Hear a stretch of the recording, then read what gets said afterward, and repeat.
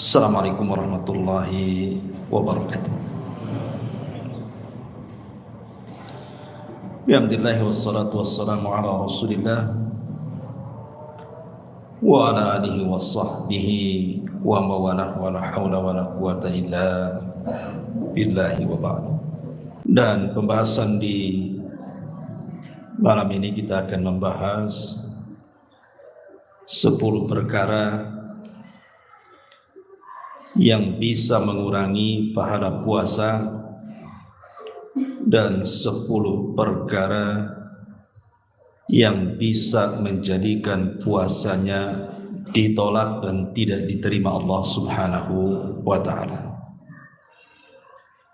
Ini penting. Kenapa demikian?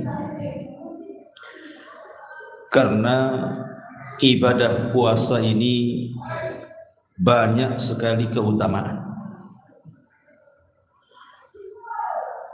Kalau seandainya keutamaan yang begitu banyak yang ada pada puasa itu, tiba-tiba kemudian puasanya dikurangi pahalanya atau bahkan sampai ditolak, maka sangat rugi sekali. Sebelum saya menjelaskan pembahasan kita di malam hari ini, mengingatkan saja tentang fadlus siyam, keutamaan puasa secara singkat. Yang pertama, puasa itu adalah ibadah yang sangat mulia karena dinisbatkan kepada Allah. Nabi SAW mengatakan, semua amalan ibadah itu diberikan kepada hamba-hambanya, atau terkadang satu ibadah itu dibagi dua, sebagiannya untuk hambanya dan sebagiannya untuk Allah, seperti sholat umpamanya. Tetapi puasa ini tidak demikian, karena Nabi SAW mengatakan, as-sawmu li wa ana ajzi bihi. Puasa itu untukku, dinisbatkan kepada Allah, dan aku yang akan membalasnya. Setiap perkara yang dinisbatkan kepada Allah maka menjadi mulia perkara itu. Seperti Baitullah, rumah Allah. Makanya Ka'bah itu menjadi mulia karena dinisbatkan kepada Allah. Begitu juga puasa. Ketika dinisbatkan kepada Allah, maka puasa itu amalan yang luar biasa. Kemudian yang kedua, orang yang berpuasa itu memiliki dua kebahagiaan. Satu saat berbuka dan satu saat berjumpa dengan Rabbnya. Dan itu berdasarkan hadis Rasul, lis-shaimi farhatan, farhatun inda fitri wa farhatun inda liqa'i rabbi. Orang yang berpuasa itu memiliki dua kebahagiaan, saat berbuka dan saat kelak berjumpa dengan Allah. Kemudian yang ketiga, orang yang berpuasa memiliki keharuman dalam mulutnya di sisi Allah Subhanahu wa ta'ala, bahkan lebih harum dibandingkan minyak kasturi. Berdasarkan sabda Nabi SAW, kata Nabi SAW, lalu khufu fammis saim atyab indallahi min rihil misk. Bahwa mulutnya orang yang berpuasa di sisi Allah lebih harum dibandingkan minyak kasturi. Yang nomor 4, Allah Subhanahu wa ta'ala siapkan satu pintu sorga khusus bagi orang yang berpuasa, yang disebut dengan Babur Rayyan. Sebagaimana sabda Nabi SAW, inna fil jannati baban yuqalu lahu Rayyan yadkhulu minhu as-saimuna yaumal qiyamah. Di sorga itu ada satu pintu yang disebut dengan Rayyan, yang khusus orang-orang yang berpuasa saja yang masuk. Kemudian yang nomor 5, satu hari berpuasa kalau diniatkan di jalan Allah Subhanahu wa taala bisa menjauhkan wajah kita 70 tahun perjalanan dari api neraka. Berdasarkan sabda Nabi sallallahu alaihi wasallam, "Man shama yawman fi sabilillah ba'adallahu wajhahu 'anil nari 70 kharifa." Siapa yang berpuasa satu hari saja di jalan Allah, maka wajahnya akan dijauhkan dari api neraka sejauh 70 musim ataupun 70 tahun perjalanan. Itu satu hari. Antum puasa Ramadan 30 hari atau 29, kalikan saja. Kemudian juga yang nomor 6, bahwa puasa itu junnah, benteng. Benteng dari kita dengan api neraka. Dan itu berdasarkan hadis Rasul, as-siyamu junnatun minan nar ka junnati ahadikum minal kitab. Puasa itu benteng kita dengan neraka seperti seseorang membentengi diri dengan baju perang atau tameng saat berperang. Kemudian yang nomor 8, puasa sendiri bisa memberikan syafaat bagi pelakunya kelak pada hari kiamat. Berdasarkan sabda Nabi sallallahu alaihi wasallam, as-siyam wal Qur'an yashfa'ani li sahibihima. Al-Qur'an dan puasa akan menjadi syafaat bagi para pelaku keduanya, baik yang membaca Qur'an atau yang berpuasa. Kemudian yang nomor 9, puasa sendiri adalah seafdal-afdalnya amal.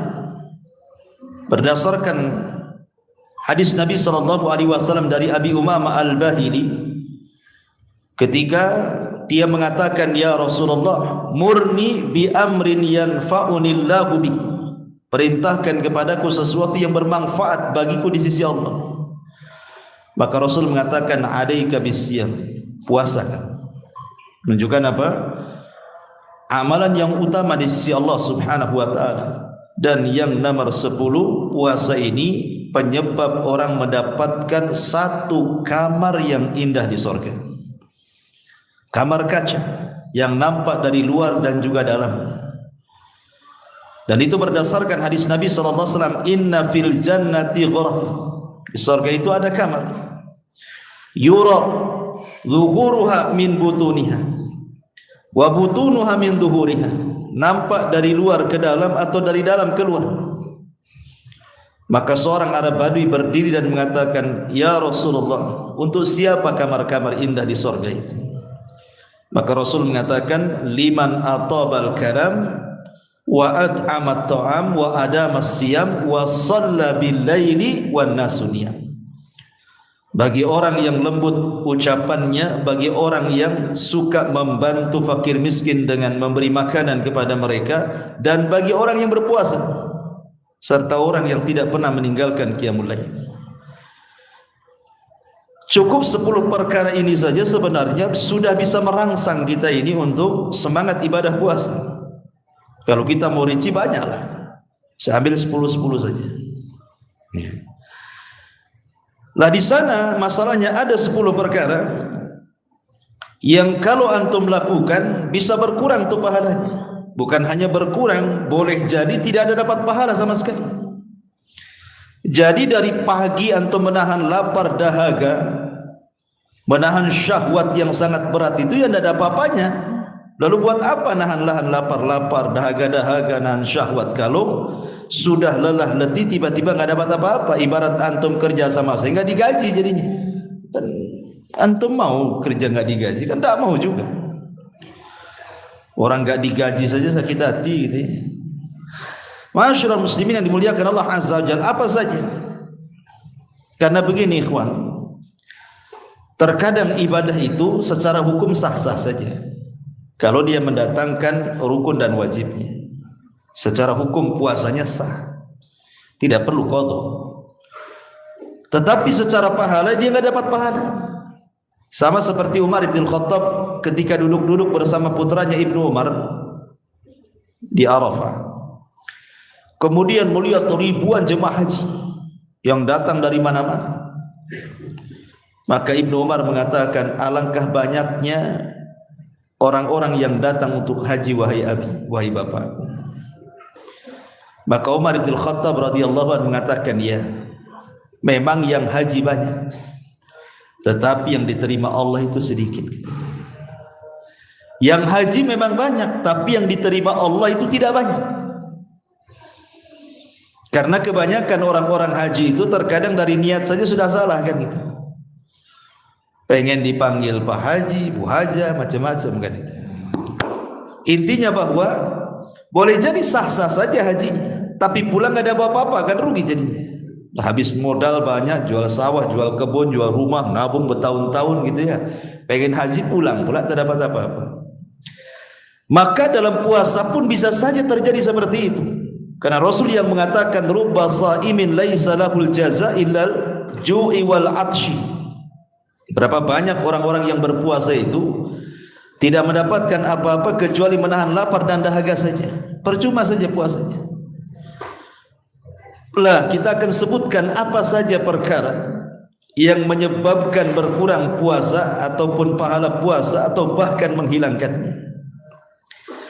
Yang pertama sebutkan para ulama musyahadatun nisa'al mutabarrijat. Ketika antum berpuasa, antum banyak menyaksikan wanita-wanita yang tabarruj. Atau dengan kata lain, ketika berpuasa mata antum jelalatan, memandang aurat-aurat yang bukan muhrimnya. Maka ini juga hati-hati, karena di zaman sekarang kalau orang tidak hati-hati, lebih banyak tinggal di masjid atau mungkin di rumah, lebih banyak keluyuran, maka ini bisa mengurangi argo pahala selama puasa. Karena di tengah-tengah kita ini orang yang menutup aurat tidak lebih banyak daripada orang yang membuka aurat. Di mana coba tempat antum tidak mendapatkan wanita yang betul-betul membuka auratnya? Hampir tidak ada. Di jalan ya ketemu, di pasar ya ketemu, di mall ya ketemu, di tempat pekerjaan antum juga ya ada gitu ya. Apalagi antum jadi manajer, sekretarisnya pula di samping, mungkin stres lah puasanya ya. Jadi akan sulit gitu ya. Makanya kenapa usahakan dalam berpuasa itu ada amalan yang bisa mencegah itu, yang disebut dengan ghaddul basar, menundukkan pandangan. Ya kalau tidak sengaja ya nggak apa-apa. Cuman kalau ketulusan jadi apa-apa. Kalau pandangan pertama tak sengaja tidak ada masalah, tapi lekas ditundukkan. Tapi kalau dalam pandangan pertama tidak sengaja tiba-tiba dilama-lamakan, nah itu lain cerita. Nampak tadi tak cantik, diperhatikan, wah cantik juga katanya. Makin pula habis ngeluarin handphone dipoto lagi. Nah, ini masalah lagi. Taib di dunia nyata tidak bisa dihindarkan. Di dunia maya juga sama. Apalagi saya yakin setiap antum tidak mungkin tidak punya handphone tuh, pasti punya handphone. Dan handphone di zaman sekarang nggak sama dengan handphone di zaman dulu kan, handphone jadul yang kalau disentuh pun tidak berubah-berubah. Hampir semua handphonenya kalau disentuh pasti layar sentuh semua. Macam-macam iklan di situ kan. Apalagi hobi kita ini YouTuber, ini TikToker atau apa lagi. Makin parah kan itu ya. Maka sebaiknya bahasa Jawanya prei lah. Ramadan dikurangin nonton handphone itu. Kadang-kadang kita ini godaan dari handphone ini jauh lebih besar dibandingkan dunia nyata. Fitnahnya itu lebih besar ya. Maka ini bisa mengurangi pahala masalahnya. Ini yang pertama. Apalagi yang melihat aurat saja mengurangi pahala, apalagi wanitanya yang sedang berpuasa sengaja buka aurat. Nah, itu lagi lebih parah lagi. Maka mak-mak ini hati-hati kasih tahu saudaranya yang masih buka aurat gitu. Kemudian yang kedua, ya memang melihat aurat itu tidak batal puasanya, tapi mengurangi pahala masalahnya. Yang kedua, termasuk juga berkhalwat dengan wanita-wanita ajam.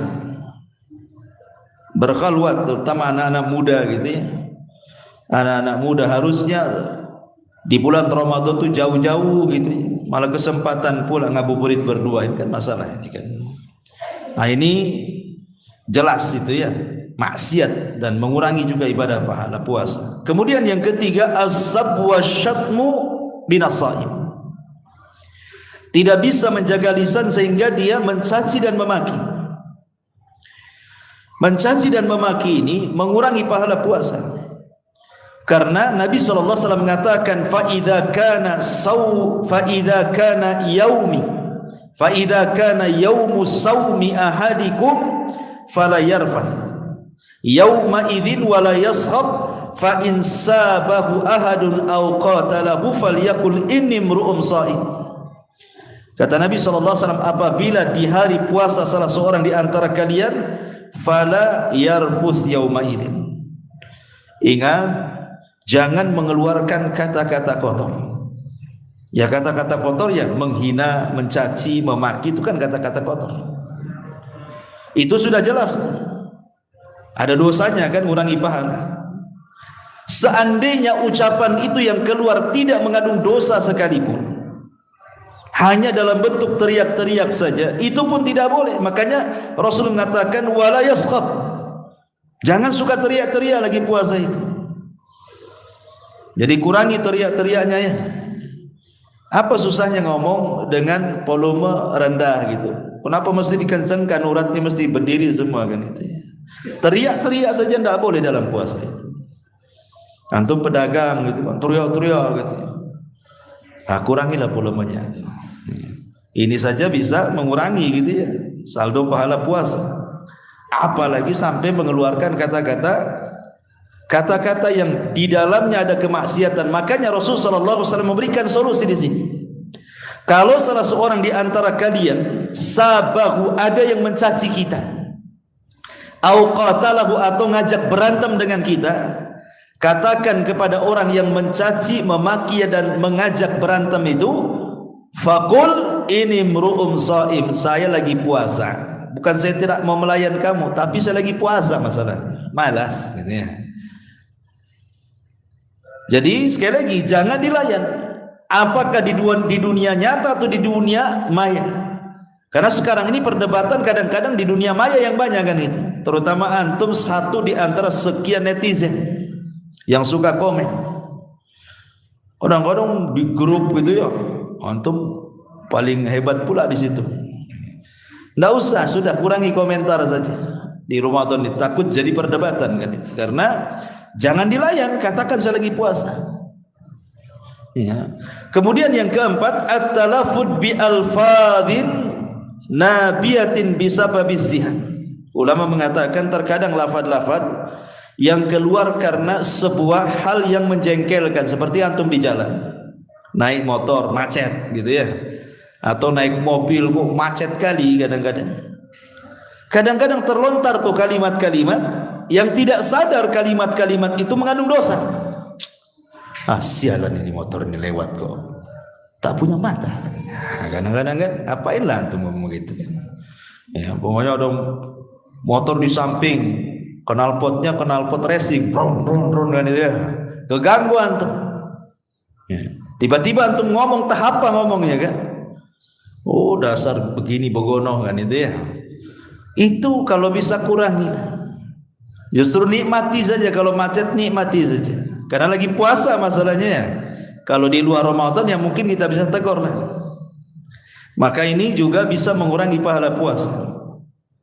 Kemudian yang nomor 5, al-ghibatu wan namimah. Ini sudah jelas. Ghibah dan namimah ini sudah jelas. Sudah stop lah. Terutama ibu-ibu yang di atas ya. Kalau Ramadan itu stop ghibah, stop namimah. Karena walaupun tidak bisa tidak membatalkan puasa, tapi mengurangi saldo pahala puasa. Kemudian yang ke-6, al-kalam as-su', ucapan yang buruk. Ucapan yang buruk ya macam-macam. Kadang-kadang umpat-umpat orang, ya biasalah di masyarakat gitu ya. Kadang-kadang kalau tidak suka keluar kata-kata binatang, itu kata-kata buruk. Itu bisa mengurangi pahala puasa. Makanya kalau puasa itu lebih banyak diam saja lah, tidak usah banyak ngomong. Kemudian syahadatuz zur fi Ramadan. Melakukan persaksian palsu di bulan Ramadan. Ketika puasa jadi saksi di pengadilan, dusta pula dia ngomong. Nah, ini juga bisa mengurangi pahala puasa. Ya tidak membatalkan puasa, tapi mengurangi saldo pahala puasa. Kemudian yang nomor 8, musyahadatul aflam. Menyaksikan film-film, sinetron-sinetron, sandiwara-sandiwara yang ada di media.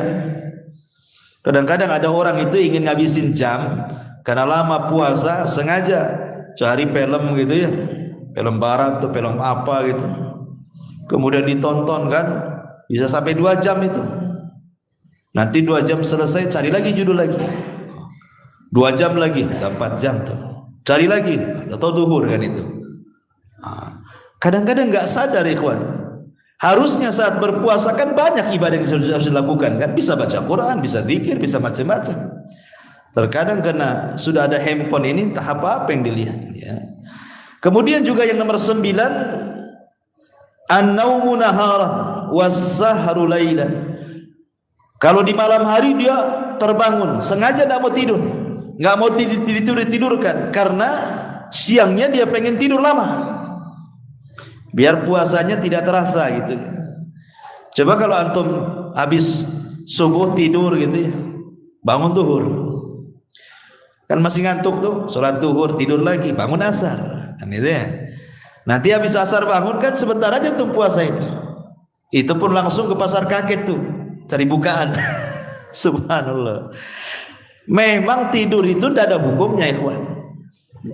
Tetapi antum menghabiskan waktu dari pagi sampai sore tidur itu, apa aktivitas antum di situ coba? Enggak menambah pahala kan gitu. Ma'asyiral muslimin yang dimuliakan Allah, bahkan melemaskan juga, melemaskan puasa, melemaskan badan saat puasa, bukan makin sehat tidur itu. Nah, ini juga bisa mengurangi saldo pahala. Ya. Kemudian yang nomor 10 yang terakhir, al-kadhib, dusta. Maka ini yang paling banyak, hati-hati, jangan suka copy paste, share sana sini di grup, apalagi kalau sudah cerita tentang tahun politik nih sekarang nih kan, tahun politik kan macam-macam orang itu komentar. Entah iya entah benar, namanya tahun politik. Kadang berita-berita ini tidak jelas, kadang-kadang antum main copy paste share gitu ya, atau antum pula di situ komentatornya. Maka sebaiknya hindari perkara-perkara seperti itu karena bisa mengurangi pahala puasa. Ini 10 perkara yang disebutkan para ulama bisa mengurangi pahala puasa. Tapi yang lebih parah lagi, ini 10 dosa yang kalau antum lakukan tidak akan diterima puasanya. Mau jungkir balik antum puasa, nggak akan diterima puasanya. Ini 10 orang. Siapa mereka? Yang pertama, al-musyriku billah, orang yang melakukan kesyirikan kepada Allah Azza wa Jalla. Lagi puasa antum datang ke dukun, lagi puasa kemudian antum percaya sama tangkal, jimat, keleni gitu, atau datang ke kuburan minta-minta pula di kuburan. Maka orang yang berpuasa kalau dia melakukan kesyirikan, ditolak puasanya, karena syirik itu membatalkan amal. Ini yang pertama.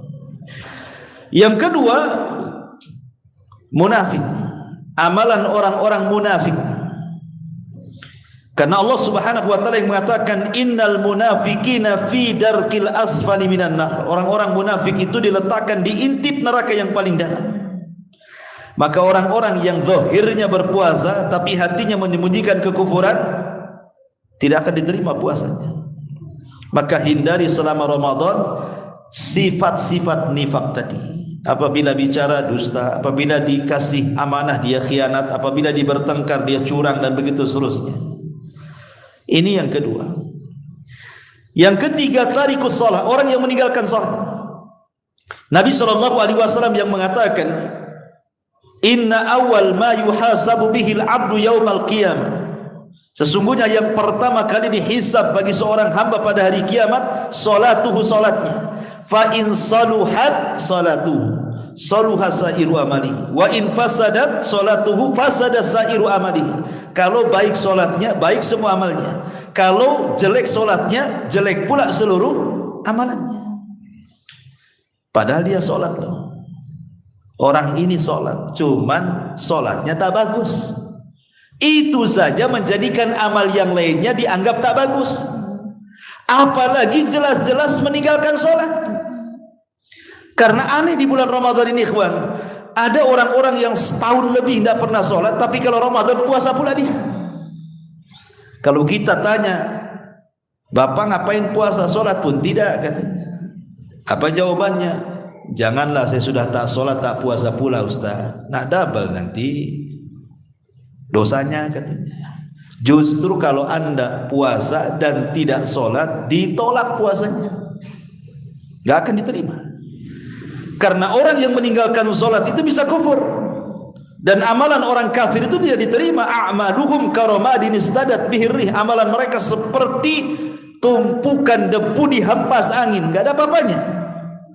Maka orang yang meninggalkan sholat sama sekali tidak sholat kemudian puasa, ditolak tuh puasanya. Ini yang ketiga. Yang keempat, Ustaz dia sholat tapi jarang-jarang. Ya, kadang seminggu itu kayak puasa Daud, Ustaz. Senin sholat, puasa pula tidak. Nanti Rabu sholat, Kamis pula tak sholat. Macam puasa Daud sholatnya itu. Ya, duhur sholat, asar tidak. Maghrib sholat, isya pula bablas gitu. Apalagi subuh ngorok kan itu.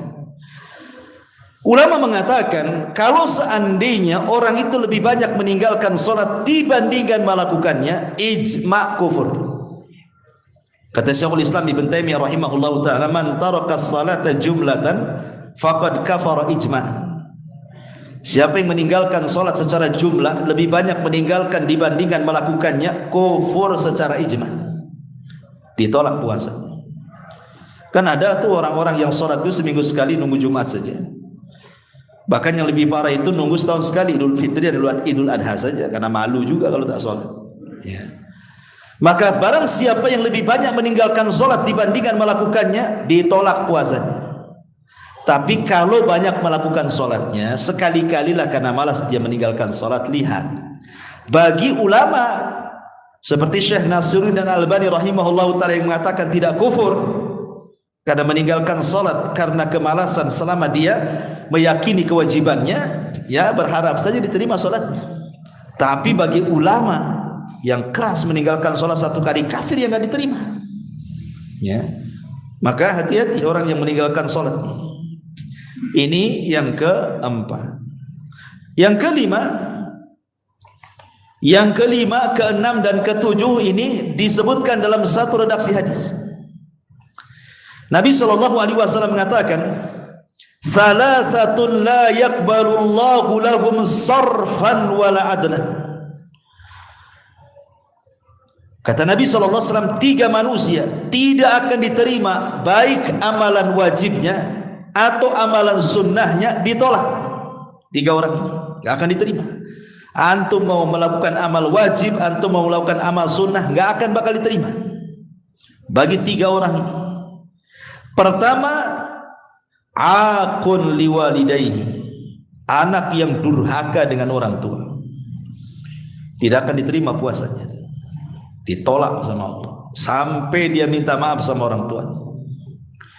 Yang kedua, al-mannan, orang yang menyebut-nyebut pemberian sedekahnya.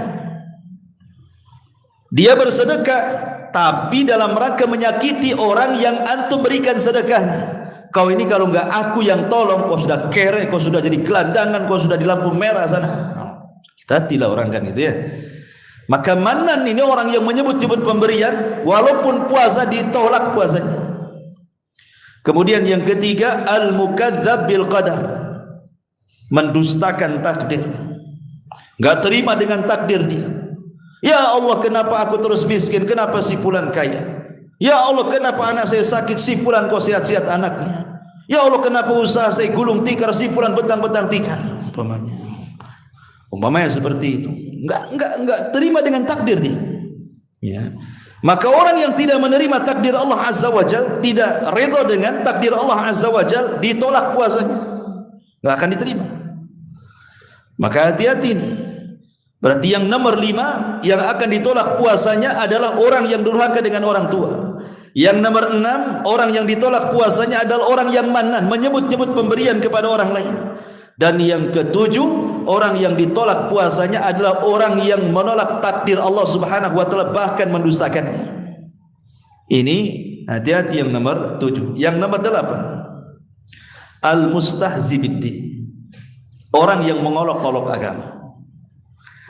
Orang-orang yang mengolok agama dianggap kufur.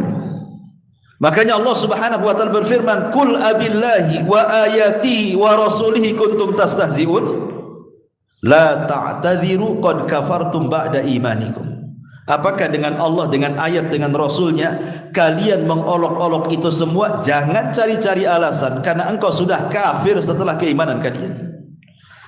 Maka orang yang suka mengolok-olok Islam, mengolok-olok Al-Quran, mengolok-olok Allah, mengolok-olok Rasul, mengolok-olok agama, maka puasanya ditolak sampai dia bertobat kepada Allah Azza wa Jalla. Hati-hati para mustahzi, karena sekarang orang yang istihza di dalam agama ini terlalu banyak.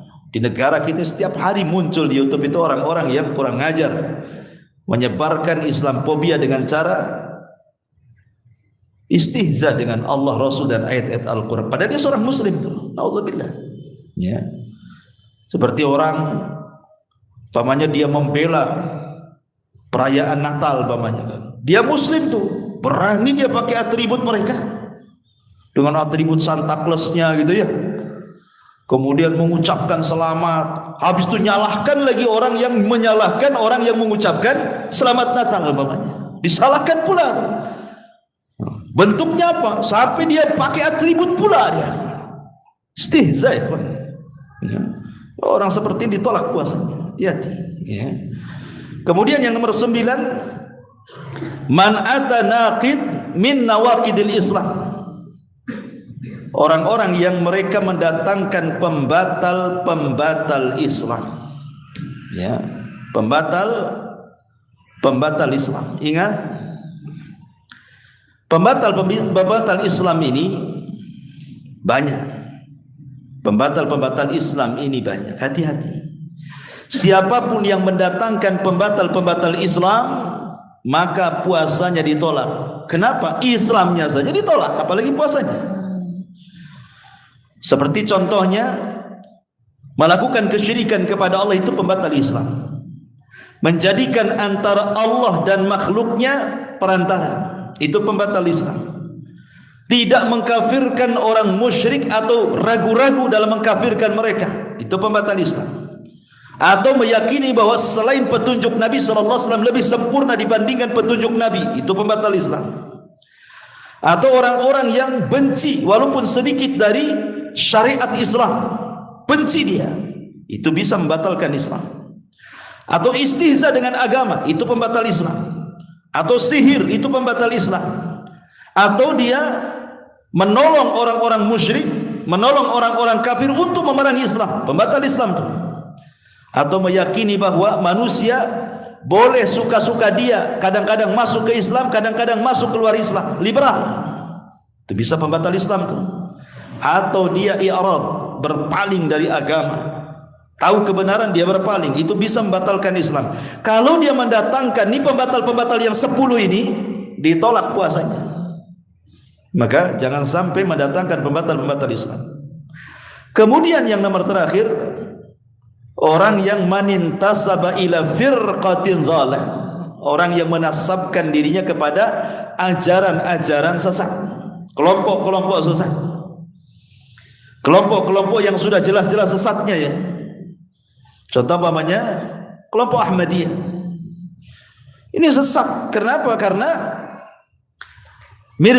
Hadrat Mirza Ghulam Ahmad itu kan ngaku nabi.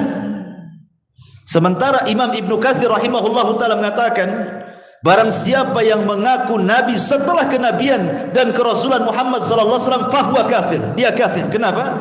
Karena dia telah mendustakan Al-Qur'an bahwa Nabi SAW khatamul anbiya'i wal mursalin. Dia adalah penutup para nabi dan rasul. walakin khatamun nabiyyin, tetapi dia adalah penutup para nabi, dan sabda Rasulullah nabiyya ba'di, tidak ada nabi sepeninggalku. Jadi kalau ada sebuah firqah kelompok apapun namanya, kemudian ketuanya ngaku nabi, itu sudah sesat, itu enggak benar itu. Ya, maka ini menjadikan puasanya ditolak karena mengikuti ajaran kekufuran. Ya. Maka ini 10 perkara jangan sampai ada pada seseorang, kalau tidak, bukan hanya sekedar dikurangi pahalanya, ditolak puasanya. Ya. Masyarul muslimin yang dimuliakan Allah Azza wa Jalla, dari sini kita tahu bahwa 10 perkara yang pertama bisa mengurangi pahala, tapi 10 perkara yang kedua bisa menolak puasa. Sayang, sudah dari pagi menahan lapar dahaga sampai maghrib gitu ya, tiba-tiba sama sekali tidak diterima pahalanya. Naudzubillah. Ma'asyiral muslimin yang dimuliakan Allah Subhanahu wa taala, kita tahu bahwa puasa itu, ikhwan, itu terbagi menjadi 3. Puasa itu terbagi menjadi 3. Ada yang disebut dengan puasa awam, yang disebut dengan puasa umum. Ya, orang awam lah berpuasa. Lah puasanya orang awam ini hanya sekedar menahan lapar, menahan haus, dan menahan syahwat saja. Jadi kalau antum puasanya hanya menahan lapar, menahan dahaga, dan menahan syahwat, tidak melakukan hubungan suami istri, berarti puasa antum itu hanya sekedar puasanya orang awam. Ya. Kenapa? Nanti penjelasannya. Yang kedua, ada puasa orang-orang saleh yang disebut dengan saumul khusus, namanya puasa khusus. Lah puasanya orang-orang saleh ini bukan hanya sekedar menahan lapar, menahan dahaga, menahan syahwat, tapi lebih daripada itu, dia tahan matanya tidak memandang yang haram, dia tahan telinganya tidak mendengar yang haram, dia tahan otaknya tidak memikirkan yang jorok-jorok, dia tahan tangan dan kakinya tidak bergerak ke tempat yang haram, dia tahan lisannya untuk tidak bicara kecuali yang santun. Ini baru puasa orang-orang soleh namanya. Berarti puasanya bukannya sekedar menahan lapar, dahaga, dan syahwat saja, tapi lebih daripada itu, dari ujung kepala sampai kaki dipuasakan sama dia. Bisa enggak ya? Kalau antum bisa melakukannya, berarti antum naik dari puasa orang awam menjadi puasa orang-orang saleh. Kemudian paling puncaknya ya, saum khususil khusus namanya, atau akhasul khusus, lebih khusus lagi. Ini bukan puasanya orang soleh, ini tingkatnya puasanya para nabi, para siddiqin, dan orang-orang yang dipilih oleh Allah dari kalangan muqarrabin. Itulah puasa luar biasa, bukan hanya sekedar nahan lapar, nahan dahaga, nahan syahwat, pandangan dijaga, lisan dijaga, telinga dijaga, kaki dijaga, tangan dijaga, otak dijaga, tapi lebih daripada itu. Satu hari dia berpuasa, dia habiskan dengan zikir, baca Quran, qiraatul Quran, ibadah, macam-macam dia habiskan, sehingga betul-betul maksimal itu ibadahnya. Itu puasanya orang khususul khusus namanya, atau saumu khususil khusus, lebih khusus lagi. Itu luar biasa tuh. Kalau antum tak tahu ini nomor 1 ke nomor 2 ke nomor 3. Kalau saya yakin kebanyakan nomor 1 biasanya. Gitu ya. Yang penting nahan lapar, mata masih nengok kan itu ya. Penting nahan lapar, telinga pula masih nguping sana sini. Itu puasa orang awam tuh, kalau belum bisa mempuasakan anggota badan. Ma'asyiral muslimin yang dimuliakan Allah Azza wa Jalla. Lah puasa sendiri, ikhwan, sebenarnya dia adalah tarbiyah dan juga al-ibtila wal ikhtibar. Kalau antum pahami, puasa itu sebenarnya ibtila wal ikhtibar.